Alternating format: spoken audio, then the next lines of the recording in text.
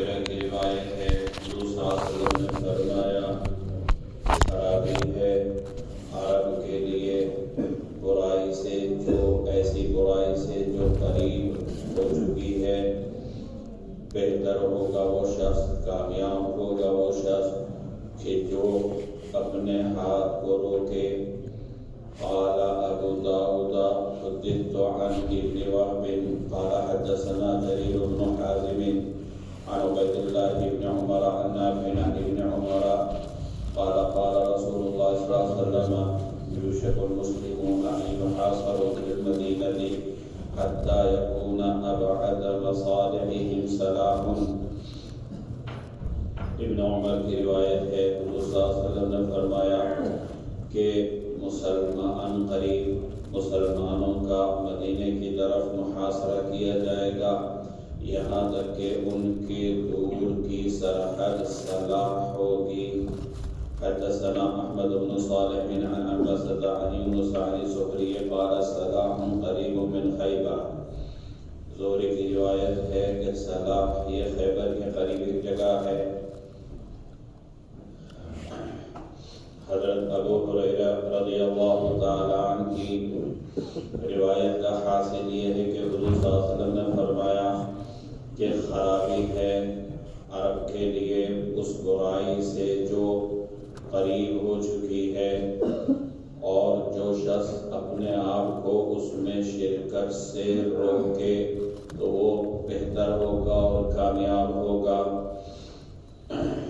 یعنی یہ اشارہ ہے اور پیشن گوئی ہے کہ مسلمانوں میں آپس میں فتنہ پیدا ہوگا، جیسے حضرت عثمان رضی اللہ تعالیٰ عنہ کے قتل کا شہادت کا واقعہ پیش آیا، اسی طریقے سے حضرت علی اور حضرت معاویہ رضی اللہ تعالیٰ عنہما کے درمیان کا واقعہ، یا یزید اور حضرت حسین رضی اللہ تعالیٰ عنہ کے درمیان کا واقعہ۔ تو آپ ساتھ میں فرما رہے ہیں کہ ایسے موقع پر جو دونوں طرف میں سے کسی طرف شریک نہ ہو، اپنے آپ کو بچا کر رکھے، اس میں شرکت نہ کرے تو وہ کامیاب ہوگا۔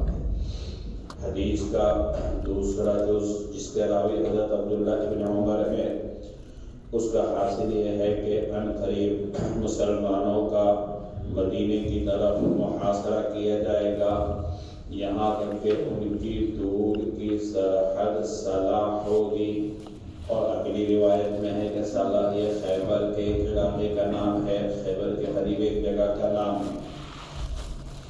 اس روایت کا حاصل یہ ہے کہ ایک زمانہ ایسا آئے گا کہ جب کفار چاروں طرف سے مسلمانوں کو گھیریں گے، یہ دجال کے زمانے میں ہوگا۔ مسلمان سمٹتے سمٹتے مدینہ منورہ میں پہنچ جائیں گے، اور مدینہ منورہ بھی ایسا نہیں کہ وہ کوئی بہت بڑا ہوگا، بلکہ مدینہ کو چاروں طرف سے گھیر کر وہاں پر بھی مسلمانوں پر عرصہ حیات تنگ کیا جائے گا، اور جو حصہ مسلمانوں کے پاس رہے گا وہ اس میں سب سے زیادہ جو دور کا علاقہ ہوگا وہ صلاح ہوگا، اور صلاح یہ خیبر کے قریب ایک جگہ کا نام ہے، اور خیبر بھی مدینہ سے بہت قریب کی آبادی ہے، دور کی نہیں، یعنی بہت مختصر سی جگہ کے اندر مسلمان قید ہو کر رہ جائیں گے دجال کے زمانے میں۔ اس کے بعد پھر امام مہدی آئیں گے اور حضرت عیسیٰ علیہ السلام آئیں گے، اور پھر دجال سے قتل و قتال ہوگا اور اس کا کام تمام کیا جائے گا، وہ ساری تفصیلات ہیں۔ تو آپ صلی اللہ علیہ وسلم نے گویا پیشن گوئی کی کہ مسلمانوں کا مدینہ منورہ کی طرف محاصرہ کیا جائے گا، اور وہ کوئی بہت دور یا بڑا علاقہ نہیں ہوگا بلکہ مختصر سا حصہ ہوگا۔ حدثنا سلیمان بن حرب ومحمد بن عیسیٰ قال حدثنا حماد بن زید عن ایوب عن ابی قلابة عن ابی اسماء عن ثوبان قال قال رسول اللہ صلی اللہ علیہ وسلم ان اللہ تعالی زوى لي الارض۔ نبی کریم صلی اللہ علیہ وسلم نے فرمایا کہ اللہ تعالی نے میرے لیے زمین کو سمیٹ دیا، او قال ان ربی زوالی الارض، یا فرمایا کہ میرے رب نے میرے لیے زمین کو سمیٹ دیا، یا تو ان اللہ تعالی کہا یا ان ربی کہا، راوی کو شک ہے۔ فَأُرِيدُ مَشَارِقَهَا وَمَغَارِبَهَا، پھر مجھے اس کے مشرق و مغرب دکھلائے گئے۔ وَإِنَّ مُلْكَ أُمَّتِي سَيَبْلُغُ مَا زَوَالِي مِنْهَا، اور میری امت کی حکومت ان قریب پہنچے گی جو حصہ میرے لیے سمیٹا گیا۔ وَأَعْطَيْتُ الْكَنْزَيْنِ الْأَحْمَرَ وَالْأَبْيَضَ، اور مجھے سرخ اور سفید دو خزانے عطا کیے گئے۔ وَإِنِّي سَأَلْتُ رَبِّي تَعَالَى لِأُمَّتِي أَلَّا يُهْلِكَهَا بِسَنَةٍ عَامَّةٍ وَلَا يُسَلِّطُ عَلَيْهِمْ عَدُوًّا مِّن سِوَىٰ أَنفُسِهِمْ فَيَسْتَبِيحُ بَيْضَتَهُمْ، اور میں نے اپنے رب سے درخواست کی، دعا کی اپنی امت کے لیے کہ ان کو عام قحط کے ذریعے ہلاک نہ کرنا، اور نہ ان کے اوپر ان کے علاوہ میں سے کوئی دشمن مسلط کرنا کہ جو ان کی جڑ مٹا دے۔ وَإِنَّ رَبِّي قَالَ لِي يَا مُحَمَّدُ إِنِّي إِذَا قَضَيْتُ قَضَاءً فَإِنَّهُ لَا يُرَدُّ، میرے رب نے کہا مجھ سے، اے محمد، میں جب کوئی حکم کر دیتا ہوں تو وہ واپس نہیں لوٹتا، وہ پلٹتا نہیں۔ وَلَا أُهْلِكُهُمْ بِسَنَةٍ عَامَّةٍ، میں ان کو یعنی تمہاری امت کو عام قحط کے ذریعے ہلاک نہیں کروں گا۔ وَلَا أُسَلِّطُ عَلَيْهِمْ عَدُوًّا مِّن سِوَىٰ أَنفُسِهِمْ فَيَسْتَبِيحُ بَيْضَتَهُمْ، اور نہ ان کے اوپر ان کے علاوہ میں سے کوئی دشمن مسلط کروں گا جو ان کی جڑ مٹا دے۔ وَلَوِ اجْتَمَعَ عَلَيْهِم مِّن بَيْنِ أَقْطَارِهَا أَوْ قَالَ بِأَقْطَارِهَا، اگرچہ ان کے اوپر چاروں طرف سے کفار اکٹھا ہو جائیں، راوی کو شک ہے، بین اقطارها کہا یا بأقطارها کا استعمال کیا۔ حتیٰ یکون بعضهم یہلک بعضا، یہاں تک کہ ان میں سے ایک دوسرے کو ہلاک کریں گے۔ ویکون بعضهم یسبی بعضا، اور بعض ایک دوسرے کو قید کریں گے۔ وانما اخاف علی امتی الائمة المضلین، اور مجھے اپنی امت پر گمراہ کرنے والے پیشواؤں کا خطرہ ہے۔ وَإِذَا وُضِعَ السَّيْفُ فِي أُمَّتِي لَمْ يُرْفَعْ عَنْهَا إِلَىٰ يَوْمِ الْقِيَامَةِ، اور جب میری امت میں تلوار اٹھا لی جائے گی تو وہ قیامت تک نہیں رکے گی۔ وَلَا تَقُومُ السَّاعَةُ حَتَّىٰ تَلْحَقُ قَبَائِلُ مِنْ أُمَّتِي بِالْمُشْرِكِينَ، اور قیامت قائم نہیں ہوگی یہاں تک کہ میری امت کے قبائل مشرکین کے ساتھ مل جائیں۔ وَحَتَّىٰ تَعْبُدَ قَبَائِلُ مِنْ أُمَّتِ الْأَوْثَانَ، اور یہاں تک کہ میری امت کے کچھ قبائل بتوں کی پوجا کرنا شروع کر دے۔ وَإِنَّهُ سَيَكُونُ فِي أُمَّتِي كَذَّابُونَ ثَلَاثُونَ كُلُّهُمْ يَزْعَمُ أَنَّهُ نَبِيٌّ وَأَنَا خَاتَمُ النَّبِيِّينَ لَا نَبِيَّ بَعْدِي، اور عنقریب میری امت میں 30 جھوٹے ہوں گے، سب کے سب دعویٰ کریں گے کہ وہ نبی ہے، حالانکہ میں خاتم النبیون ہوں، میرے بعد کوئی نبی نہیں۔ وَلَا تُزَالُ طَائِفَةٌ مِّنْ أُمَّتِي عَلَى الْحَقِّ، اور ہمیشہ ایک جماعت میری امت میں حق پر رہے گی۔ ابن عیسیٰ نے کہا ظاہرین، یعنی غالب رہے گی۔ ثم اتفقا لا يضرهم من خالفهم حتى يأتي امر اللہ، پھر دونوں یعنی ابو داؤد کے 2 استاد ہیں، ان میں ایک ابن عیسیٰ ہیں، یہ دونوں متفق ہوئے اس بات پر کہ لا يضرهم، جو مخالف ہیں وہ ایمان والوں کا کچھ نہیں بگاڑ سکیں گے یہاں تک کہ قیامت قائم ہو جائے۔ اس روایت کا حاصل یہ ہے، حضرت صوبان کی روایت ہے کہ حضور صلی اللہ علیہ وسلم نے فرمایا کہ اللہ تعالیٰ نے میرے لیے زمین کو سمیٹ دیا یہاں تک کہ مجھے زمین کے مشرق و مغرب دکھلائے گئے، یعنی مشرق کا حصہ بھی دکھلایا گیا اور مغرب کا حصہ بھی دکھلایا گیا۔ زمین کو سمیٹنے سے مراد یا تو حقیقتاً زمین کو سمیٹ کر دکھلانا ہے، اور یہ ایسا ہی ہے جیسے مثال کے طور پر یہ دارالوقف ہے، اگر اس کو ایک کاغذ کے اوپر نقشہ بنا دیا جائے تو اتنی بڑی عمارت جو 50 بیگھہ کے اندر ہے وہ ایک چھوٹے سے کاغذ کے اوپر اور ایک صفحے کے کاغذ کے اوپر سمٹ جاتی ہے۔ تو اسی طرح اللہ تعالیٰ نے پوری دنیا کی زمین کو جہاں تک اس امت کی یعنی حضور صلی اللہ علیہ وسلم کے امت اجابت مسلمانوں کی حکومت قائم ہوگی وہ سب حضور اکرم صلی اللہ علیہ وسلم کو سمیٹ کر دکھلا دیں گے۔ یا پھر مراد یہ ہے کہ اللہ تعالیٰ نے حضور اکرم صلی اللہ علیہ وسلم کو اس سے متعلق علم عطا فرمایا کہ کہاں کہاں تمہاری امت کی حکومت قائم ہوگی اور ان کے کیا حالات ہوں گے اور ان کے کیا احوال ہوں گے۔ تو یا تو حقیقتاً زمین کا سمیٹنا مراد ہے یا زمین سے متعلق علم کا عطا کیا جانا مراد ہے۔ غرض یہ کہ نبی کریم صلی اللہ علیہ وسلم فرمایا مجھے مشرق و مغرب دکھلائے گئے اور میری امت اجابت یعنی مسلمانوں کی جہاں تک حکومت ہوگی وہ بھی میرے لیے سمیٹ دیا گیا، یعنی وہ مجھے دکھلا دیا گیا۔ یہاں ملک سے مراد سلطنت اور حکومت بھی ہو سکتی ہے اور اس سے مراد مسلمانوں کی آبادی بھی ہو سکتی ہے کہ میری امت وہاں تک پہنچے گی جتنا حصہ زمین کا مجھے سمیٹ کر دکھلایا ہے۔ اور یہاں پر جو بیان کیا اگر حکومت مراد ہے تو اس کا یہ مطلب نہیں کہ ایک وقت میں ہی سب جگہ پر مسلمانوں کی حکومت ہو جائے، قیامت تک مختلف اوقات میں جتنا حصہ آپ کو سمیٹ کر دکھلایا گیا تو ان علاقوں میں کبھی نہ کبھی مسلمانوں کی حکومت قائم ہوگی۔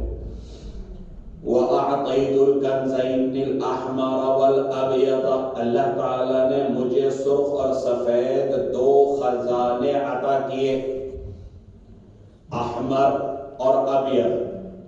اس میں یا تو مراد فارس اور روم ہے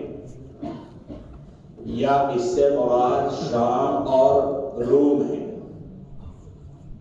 یا تو فارس اور روم ہے یا اس سے مراد شام اور روم ہے، کیونکہ بعض محدثین نے یہ کہا کہ احمر سے مراد کسرا کا خزانہ ہے،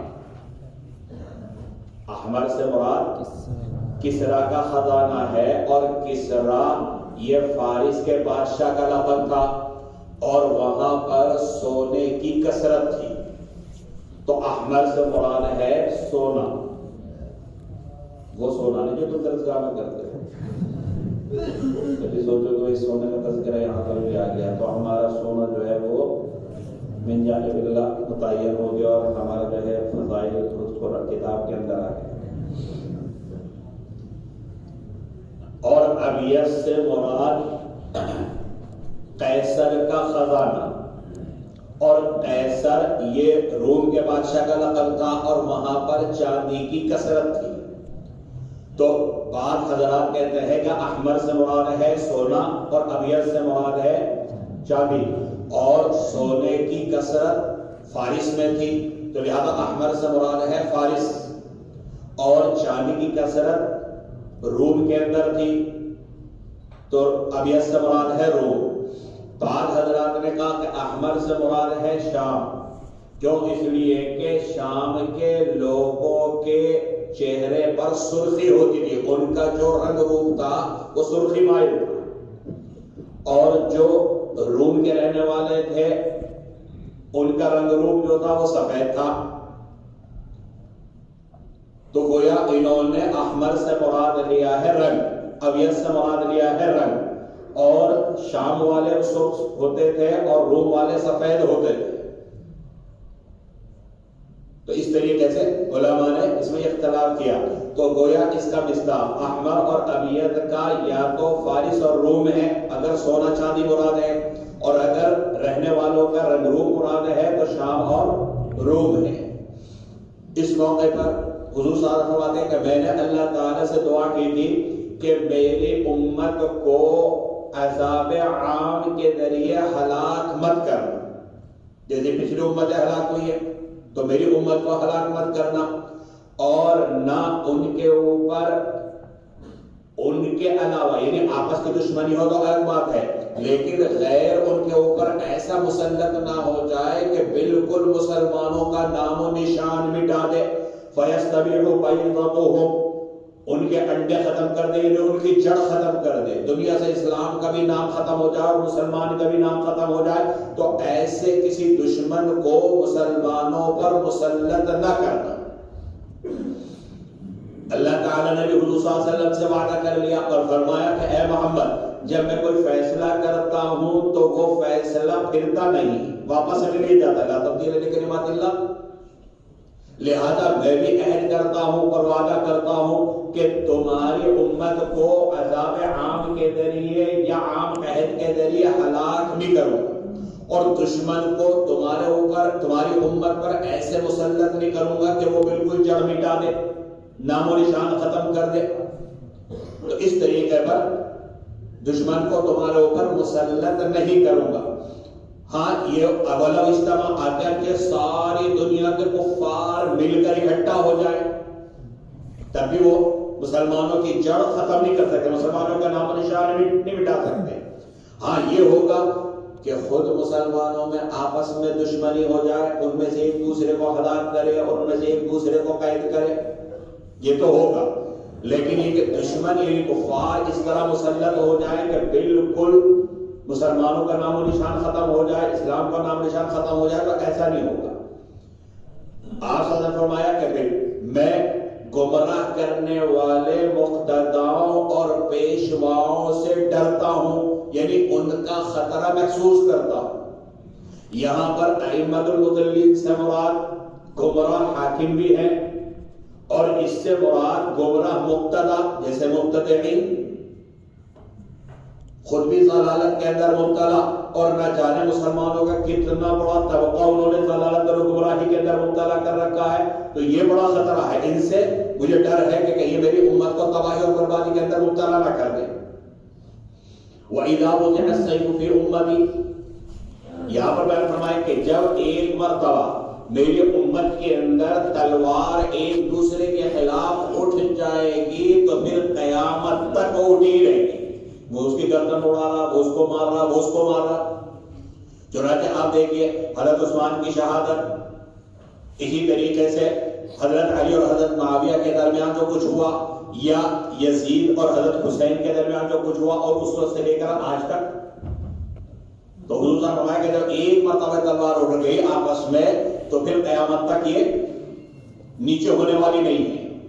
وَلَا تَقُومُ السَّاعَةُ، آپ نے فرمایا کہ قیامت قائم نہیں ہوگی یہاں تک کہ میری امت کے کچھ قبائل، میری امت کے کچھ خاندان مشرکوں کے ساتھ نہ مل جائے، یعنی میری امت کے لوگ مشرکوں کے ساتھ مل جائیں گے، اور مشرکوں کے ساتھ ملنے کا ایک مطلب یہ بھی ہو سکتا ہے کہ وہ مشرکوں والے جیسے کام کریں گے، جیسے قبر پرستی وغیرہ، یا اسی طریقے سے آگے فرمایا کہ میری امت کے کچھ لوگ وہ بتوں کی عبادت کرنے لگے۔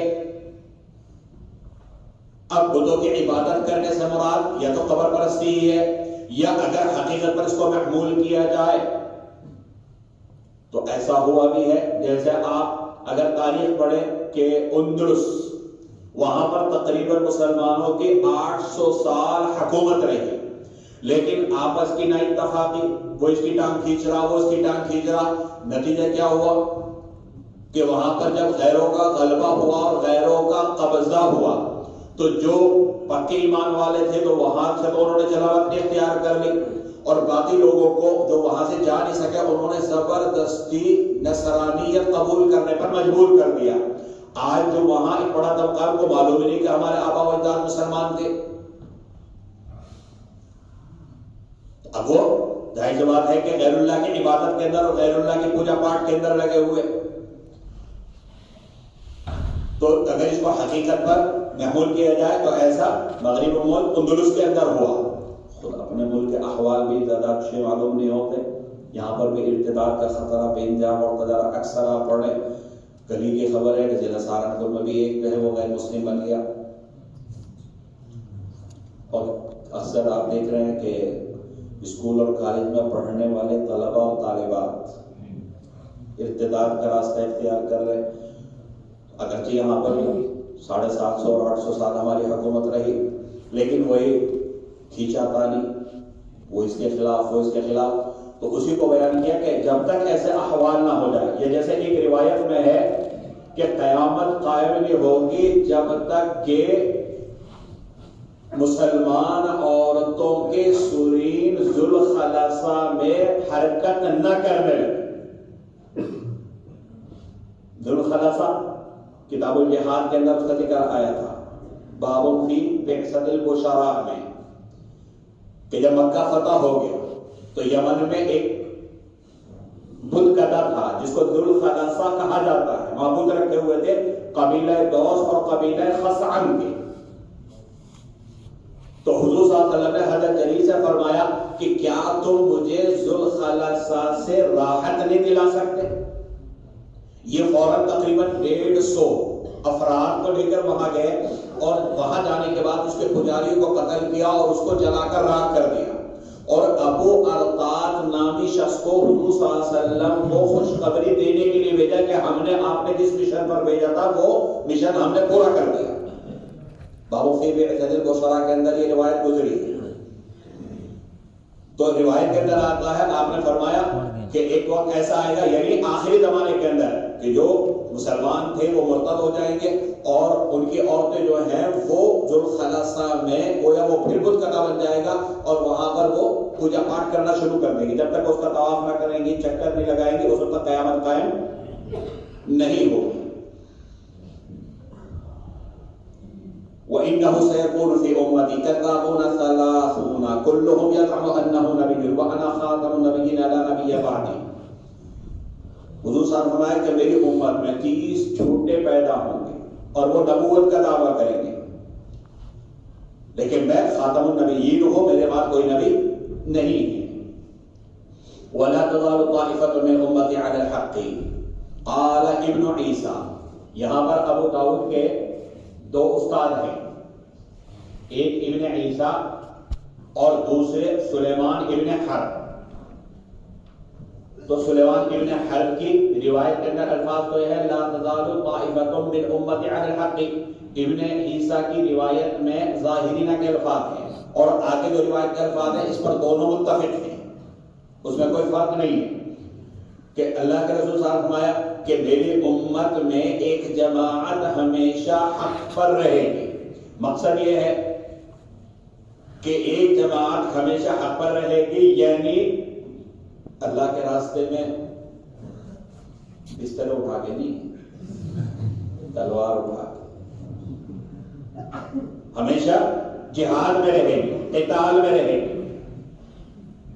یہاں تک کہ قیامت قائم ہو جائے. اور ایک دوسری روایت کے اندر ہے کہ یہاں تک کہ حضرت عیسیٰ کا نزول ہو جائے, یعنی جب دجال کا فتنہ شباب کے اوپر ہوگا, حضرت مہدی آئیں گے اور اس وقت عصر کی نماز کا وقت ہوگا, حضرت عیسیٰ کا نزول ہوگا, حضرت مہدی حضرت عیسیٰ کو نماز کے لیے آگے پڑھائیں گے, لیکن حضرت عیسیٰ کہیں گے تم ہی پڑھاؤ, چنانچہ وہ نماز تو حضرت مہدی پڑھائیں گے. اس کے بعد کی بقیہ نمازیں حضرت عیسیٰ علیہ السلام کی امامت میں ادا کی جائیں گی. حضرت عیسیٰ, حضرت مہدی اور دوسرے مسلمانوں کو لے کر دجال سے مقابلے کے لیے نکلیں گے اور باب لج پر جا کر اس کا قتال کر دیں گے, اور اس کے بعد جہاد کا سلسلہ ختم ہو جائے گا. حتیٰ یأتی امر اللہ یہاں پر بیان کیا, کیوں؟ اس لیے کہ دجال کے بعد یاجوج ماجوج کا فتنہ ہوگا, لیکن یاجوج ماجوج کو اللہ تعالیٰ خود موت عطا کرے گا, اس کے فتنے کو خود ختم فرمائیں گے, کوئی جہاد کی ضرورت نہیں پڑے گی. اور صاحب بدر المجہود نے لکھا کہ اس کے بعد ایک لطیف ہوا چلے گی, جتنے ایمان والے ہوں گے وہ سارے سب کے اوپر سب کی ارواح کو قبض کر دیا جائے گا.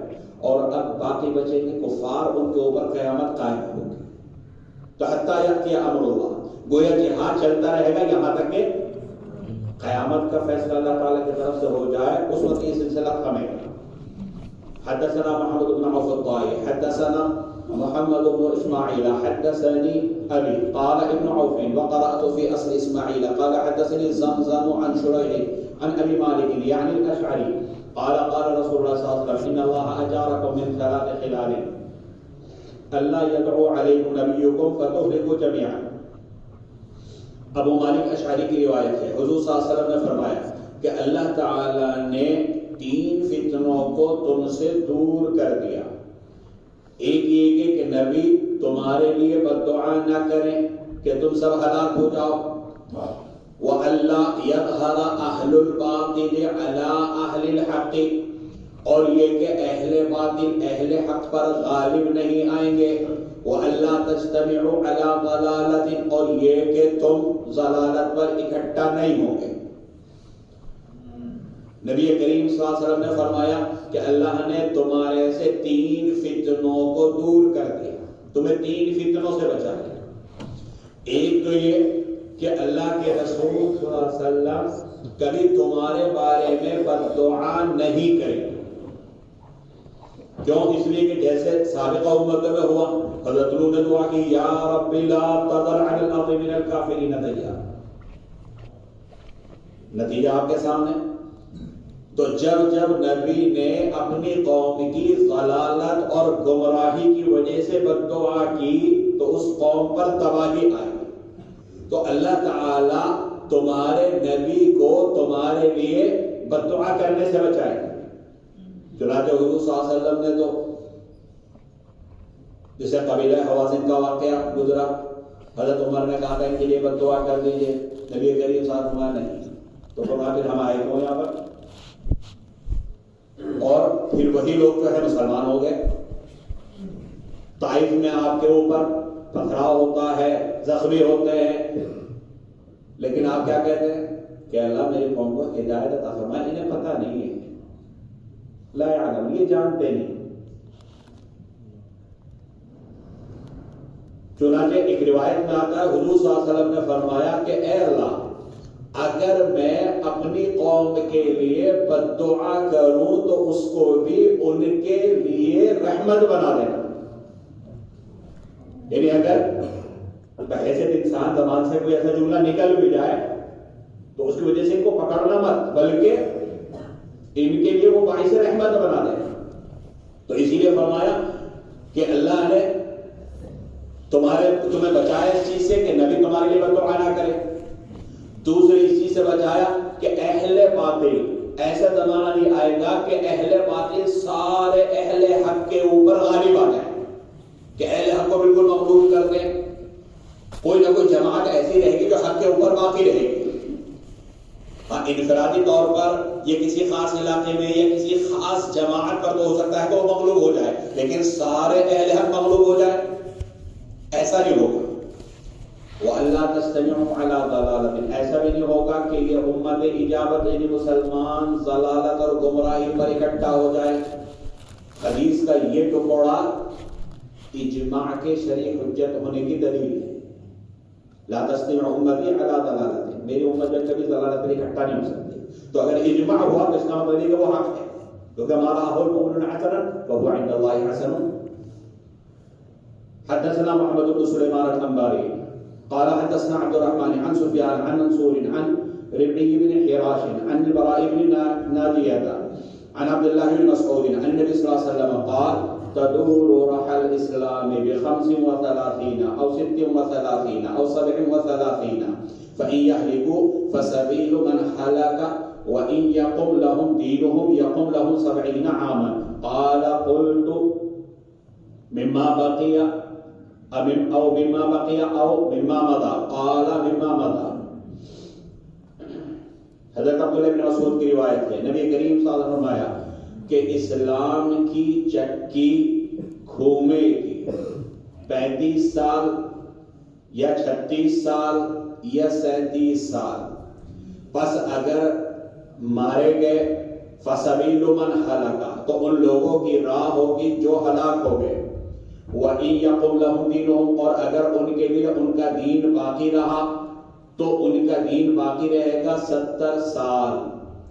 قَالَ قُلْتُ أَمِمَّا بَقِيَ، میں نے کہا کہ 70 کیا باقی سال ہیں، او مما مضا، یا جو گزر چکے ان سبید ہیں. قال مما مضا، فرمائے جو گزر چکے ان سبید 70 سال.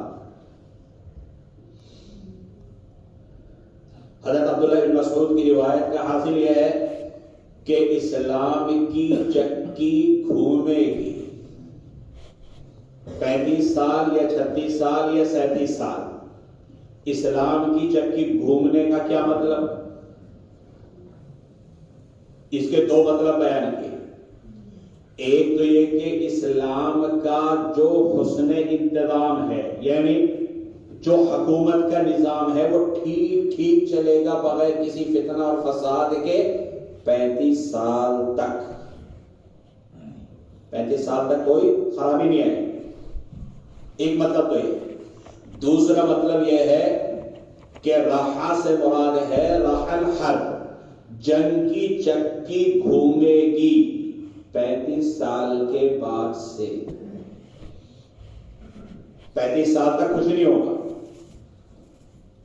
امن رہے گا، عافیت رہے گی، نظام ٹھیک چلے گا. یا تو یہ مطلب ہے، یا مطلب یہ ہے کہ جنگ کی چکی گھومے گی، آپس کی لڑائیوں کی چکی چلے گی. کب؟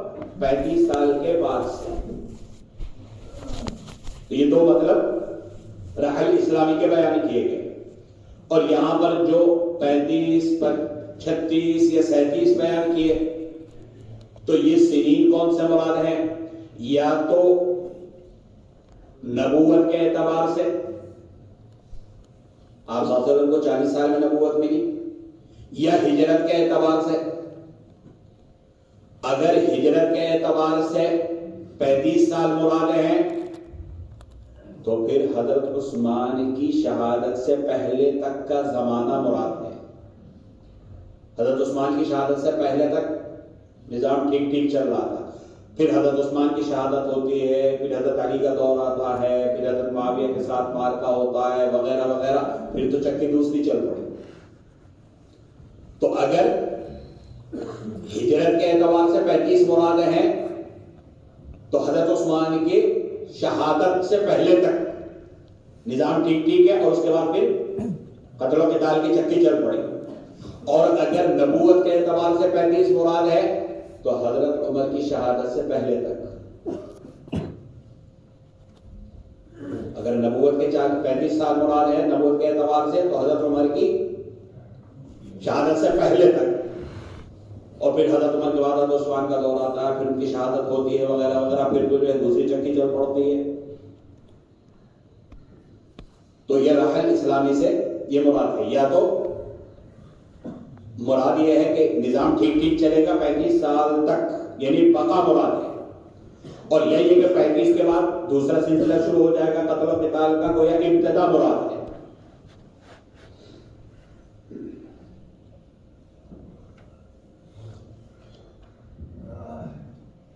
36 سال اور 37 کا بھی ذکر ہے. 36ویں سال میں، یہ 36ویں ہجری میں کون سی جنگ ہے؟ جنگ جمل. اور 37 میں صفین، حضرت علی اور حضرت معاویہ کے درمیان. تو اسی لیے 36 کا بھی ذکر ہے اور 37 کا بھی.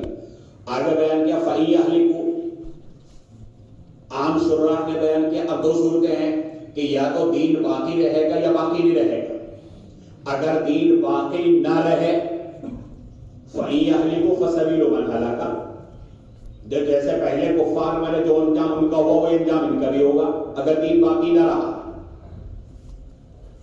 عام شراح نے یہ مطلب بیان کیا، لیکن حضرت گنگوہی نے یہاں پر ہلاکت سے حصی ہلاکت مراد لی ہے، یعنی موت. یعنی مقصد یہ ہے کہ ان میں سے جو مرے گا تو وہ پہلو کی راہ پر ہوگا، یعنی صحابہ کے راہ پر ہوگا.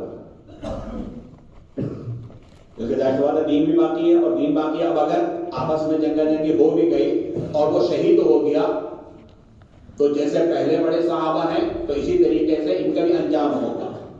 تو گویا حضرت گنگوہی نے ہلاکت سے ہلاکت حصی مراد لی اور عام شعراء نے ہلاکت معنوی مراد لی. اب حضرت عبداللہ بن مسعود نے نبی کریم صلی اللہ علیہ وسلم سے سوال کیا یا کسی راوی نے اپنے استاد سے سوال کیا کہ یہاں جو 70 کا ذکر ہے اور پہلے 35 کا ذکر تھا، تو یہ جو 70 کا ذکر ہے تو اس میں جو 35 ہیں وہ ملا کر ہیں یا اس کے علاوہ؟ تو فرمایا مما مضى، جو گزر چکا ان سمیت. حدثنا احمد بن صالح حدثنا عن بسط حدثني يونس عن ابن شهاب قال حدثني حميد بن عبد الرحمن ان ابا هريره قال قال رسول الله صلى الله عليه وسلم يتقارب الزمان وينقص العلم وتظهر الفتن ويلقى الشح ويكثر الحرج. قيل يا رسول الله آية هو قال القتل. حضرت ابو ہریرہ کی روایت ہے، حضور صلی اللہ علیہ وسلم نے فرمایا کہ زمانہ قریب ہو جائے گا اور علم کم ہو جائے گا، فتنے ظاہر ہوں گے اور بخل ڈال دیا جائے گا، یعنی بخل کی محبت ہو جائے گی اور حرج کثیر ہو جائے گا. کہا گیا کہ یا رسول اللہ حرج کیا ہے؟ تو فرمایا قتل. اس روایت کے اندر بیان کیا کہ حضور صلی اللہ علیہ وسلم یتقارب الزمان، زمانہ قریب ہو جائے گا. زمانہ قریب ہونے سے یا تو مراد ہے قیامت کا زمانہ، کیونکہ ایک دن قیامت کا وہ تو متعین ہے، کون سا ہے وہ اللہ تعالیٰ کو پتا ہے. اب جتنے دن گزر رہے ہیں تو وہ وقت تو قریب آ رہا نا، تو یہ تقارب الزمان یعنی زمانہ قریب آ رہا ہے، زمانے کا وقت قریب ہوتا جا رہا ہے. ایک مطلب یہ. دوسرا مطلب یہ ہے کہ ہر زمانے کے اندر فتنہ فساد کرنے والے رہے، تو گویا یتقارب الزمان یعنی فتنہ فساد کرنے والوں کا زمانہ قریب ہوتا ہے، یعنی تقریباً ہر ایک زمانے کے اندر فتنہ اور فساد کرنے والے موجود ہوتے ہیں. یا تیسرا مطلب یتقارب الزمان کا یہ ہے کہ عمریں کم ہوتی جا رہی ہیں. اور چوتھا مطلب یہ ہے کہ وقت میں بے برکتی ہو جائے گی، زمانہ قریب ہو جائے گا یعنی مختصر ہو جائے گا. چنانچہ حاشیے کے اندر بھی ایک حدیث کا حصہ بیان کیا کہ سال ایسا ہو جائے گا جیسے مہینہ، مہینہ ایسا ہو جائے گا جیسے ہفتہ، اور ہفتہ ایسا ہو جائے گا جیسے دن، اور دن ایسا ہو جائے گا جیسے گھنٹہ. پتہ چلتا ہے کہ ابھی تو جمعہ گیا تھا پھر آ گیا، ابھی تو رمضان گیا تھا پھر آ گیا، ابھی تو آپ کا داخلہ ہوا تھا معلوم شعبان کے قریب آ گیا. وقت اتنا بڑی بے برکتی ہے، پورا ٹائم ماشاءاللہ آپ نے سونے میں گزار دیا. یہ تقارب الزمان وہ علم کم ہو گیا، یعنی جو اہل علم ہے وہ اٹھتے چلے جائیں گے اور ظاہر سی بات ہے ان کی جگہ لینے والا کوئی نہیں ہوگا، تو یقیناً علم کی کمی ہو جائے گی، فتنے ظاہر ہوں گے. وَيُلَقَّى الشُّحَّ، بخل کی محبت پیدا ہوگی، اور جب بخل کی محبت پیدا ہوگی تو کہاں زکات دے گا اور کہاں صدقہ خیرات کرے گا، اس میں بھی کمی آ جائے گی. کیونکہ جو بخیل ہوتا ہے وہ زکات نہیں دے سکتا، اور جب زکات جو فرض ہے وہ نہیں دے سکتا تو نفلی صدقہ خیرات کیسے کرے گا؟ تو یلقى الشح سے اسی کو بیان کیا. اور حرج کثیر ہو جائے گا. صحابہ نے پوچھا کہ یہ حرج کیا چیز ہے؟ تو فرمایا قتل، یعنی قتل کوئی بڑی بات نہیں رہی، ذرا سی بات ہوئی قتل کر دیا.